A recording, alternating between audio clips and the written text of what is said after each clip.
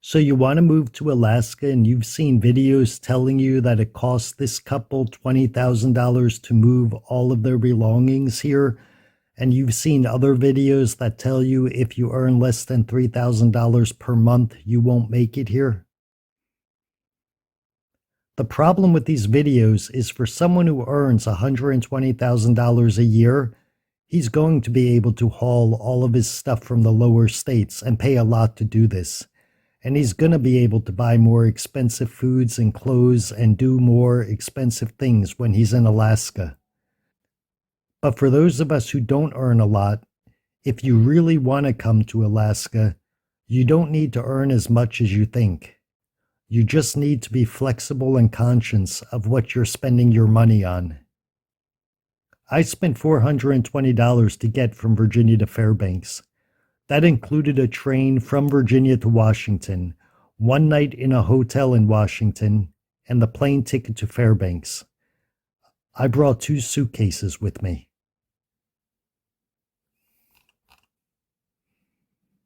Once arriving in Fairbanks, I stayed overnight in a hotel for $129 and then rented a car for 7 days for $800 to drive through Alaska all the way to Valdez. Once arriving in Valdez, I left a $1,000 deposit and $1,000 for my first month rent in a motel, which I made a previous video on. So go back and watch that video when you have time, as it talks about what it's like living in a motel in a small remote town in Alaska. Although I spent about $3,500 to move to Alaska, I did it the slow way and spent a little more money than you would need to. If you have someone drop you off at the airport and fly that same day, and don't rent a car for 7 days once you get to Alaska, but instead just move straight into your new home, you would save about $1,000. So it's fair to say to get to Alaska and have your first month's rent paid, you should have $2,500. But if you decide to drive up to Alaska instead of flying, you're going to spend a lot less than $2,500. I would only drive to Alaska if I had a nice, reliable car or truck that is worth more than $5,000. If you're just going to get a normal car, then flying up will be cheaper, and I will talk about that later in the video. Once you get to Alaska, I'm going to assume you already found the job here before you left home and would be starting within a week after arriving. But if you decided to come to Alaska because you're going to get a quick job at a fast food restaurant, I would suggest having an additional $5,000 just in case things don't go the way you want them to go the day you arrive. I don't think that amount of money is actually necessary to have in this scenario, but it definitely will cause you less stress and less worries and allow you to have the fun time you should be having when you first get to Alaska. So now that you got to Alaska and you have your place to stay and you got your job scooping out ice cream at Dairy Queen or selling overpriced drinks at a convenience store, you have enough money to live in Alaska. If you decide to go to a small town like Valdez where you don't need a car, you'll be able to afford a room for yourself. Or if you decide to go to a bigger city like Anchorage and you decide to take public transportation instead of buying a car, you'll also be able to afford to live by yourself. If you're bringing your car with you, because of the insurance costs and gas prices, you would most likely need a roommate until you found a better paying job than Dairy Queen or McDonald's. Food prices are a little more difficult to talk about because they vary depending on where you live in Alaska. If you live in a small remote town like Valdez, you can estimate you will be spending about $70 at the grocery store every week for yourself.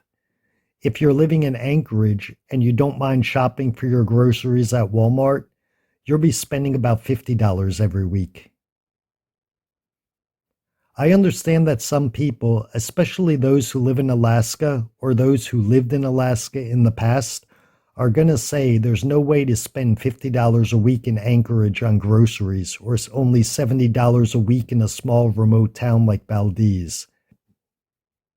But those would be people who don't keep track or take care when they're shopping for groceries, or they're just trying to make Alaska seem like this incredibly difficult place to survive, because after all, Alaska is supposed to be different, right?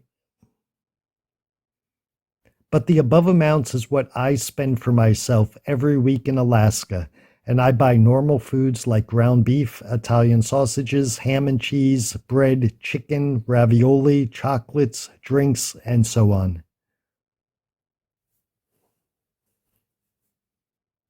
Getting back to the topic of whether you should drive your car to Alaska or wait until you're here to buy one, this would be my opinion. If you're in a small town or even if you're in Anchorage and you don't have a lot of money, spend the time here with no car until you save up some money so that you don't get over your head quickly. You're going to save about $180 a month on car insurance in Anchorage and about $140 a month for car insurance in a small town. Plus, you're going to save quite a bit of money on gas. Gas is currently just under $4 per gallon now, but in the last year, I've seen it fluctuate between $4 to $5.59, depending on the area. But let's say you want a car no matter what, or you live in an area of Alaska where a car is necessary.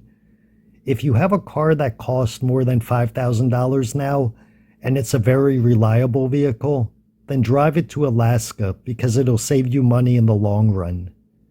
But if you have a beat-up cheap car or there is a particular type of vehicle you need to buy once you're in Alaska, you can find an affordable used everyday car like a minivan or a Toyota Corolla at very fair prices here.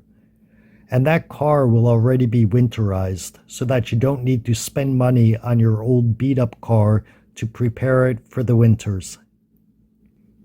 If you want to go the route that I went, which was to buy a larger used truck with four-wheel drive, they are very difficult to find for sale in Alaska.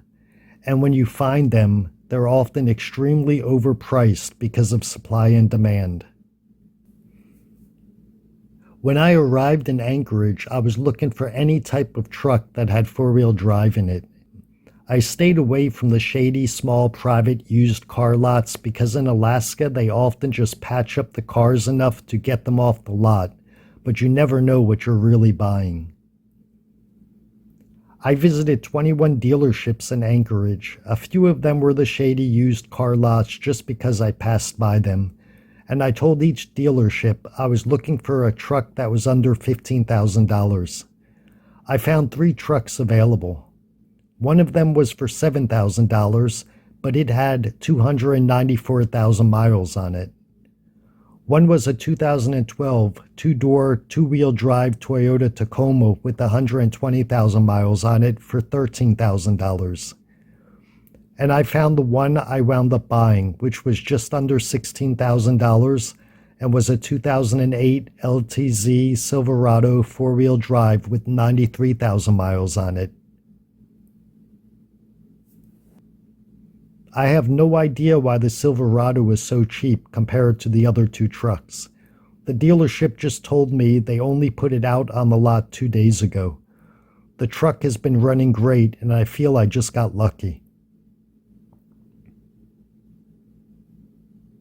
So to sum up this entire video in just a few words, if you're coming to Alaska and plan on living in a place you don't need a car and you're willing to take any job quickly, you should have between $5,000 and $7,000 in your pocket before you buy the airplane ticket.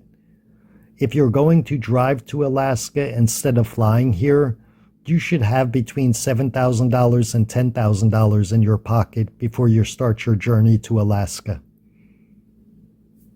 If I left anything out of this video that you have questions about, leave a comment and I will do my best to answer them so that I can help make your move to Alaska a little easier.